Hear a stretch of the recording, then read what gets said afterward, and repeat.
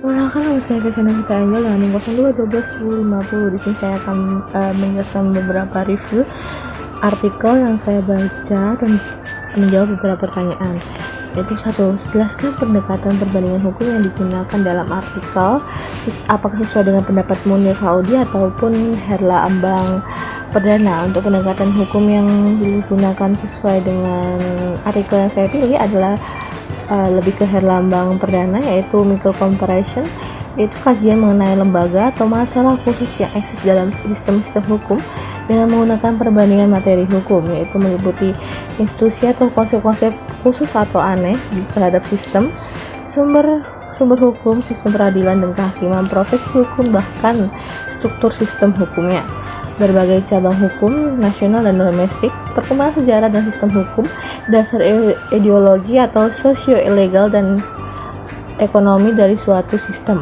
Nah, yang kedua, apakah dalam artikel ilmiah yang saya pilih telah menggunakan tahapan dalam menggunakan perbandingan hukum sebagaimana disampaikan oleh Kamba?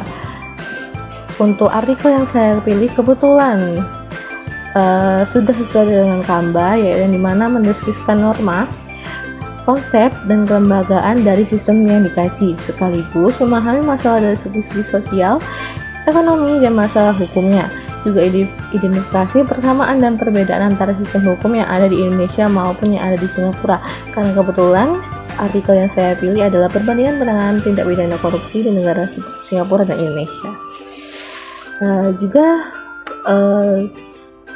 mengkaji atau melihat ulang kemiripan dari sistem hukumnya, ketidakmiripan antara sistem hukumnya juga, dan konsep dan kelembagaannya. Lihat dari perbandingan pemberantasan korupsi yang di Indonesia dari Singapura di berbagai segi, yaitu dari pembandingan UU, perbandingan sanksinya, dari pembandingan lembaga, budaya dan politik, jumlah pegawai komisi anti korupsi sendiri, dan struktur lembaga komisi pemberantasan korupsi itu sendiri, yaitu UU yang ada di Indonesia, yaitu UU nomor 31 tahun 1999 yang sudah diganti jadi UU nomor 20 tahun 2001 tentang tindak pidana korupsi. Selain itu ada juga KUHP yang mengatur tentang kejahatan secara umum, dan UU nomor 8 tahun 2010 tentang pencucian uang.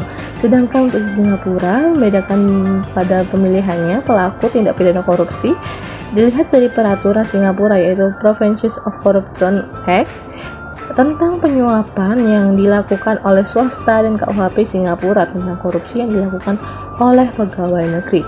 Untuk sanksinya sendiri, untuk sanksi di Indonesia itu ada maksimal khusus dan minimal umum. Jadi di pidana Indonesia sendiri lebih berat, baik denda maksimal 1 miliar dan penjara maksimal 20 tahun seumur hidup, bahkan pidana mati, dan mengenal sistem penjatuhan dan pidana secara kumulatif. Untuk dari Singapura itu sendiri, sanksi pidananya adalah penjara maksimal 7 tahun, sedangkan dendanya maksimal $100.000. Dalam sistem pemindahannya tidak mengenal adanya pidana mati. Dalam sistem penjatuhan pidana di Singapura mengenal adanya sistem kumulatif. Untuk lembaganya di Indonesia ada 3 lembaga, kejaksaan, kepolisian, dan KPK. Untuk di Singapura hanya 1, yaitu CPIB. Untuk budaya politiknya, dia untuk yang di Indonesia sendiri ya, bermula dari masa kerajaan dan penarikan upeti, masa penjahatan dengan pemerintahan VOC dan kerja Rodi, dan masa Orba. Untuk CPIB sendiri bermula pembentukannya dari KAK atau Komisi Anti Korupsi di dalam lembaga kepolisian, dan kemudian dipisah karena adanya suap di lembaga polisi. Untuk jumlah pegawainya di Indonesia dengan wilayah yang luas terdiri dari pulau-pulau, maka pejabat di Indonesia tergolong banyak karena setiap daerah membutuhkan jumlah dari pejabat yang berbeda-beda. Untuk yang Singapura relatif kecil sehingga penjabat pemerintah Singapura relatif sedikit, sehingga memudahkan CPIB dengan jumlah pegawai CPIB yang relatif sedikit untuk mengaudit atau mengurus tuntas para penjahat yang berkorupsi. Untuk struktur lembaga KPK sangatlah banyak dan kurang ramping. Beberapa organ terkesan kurang efektif.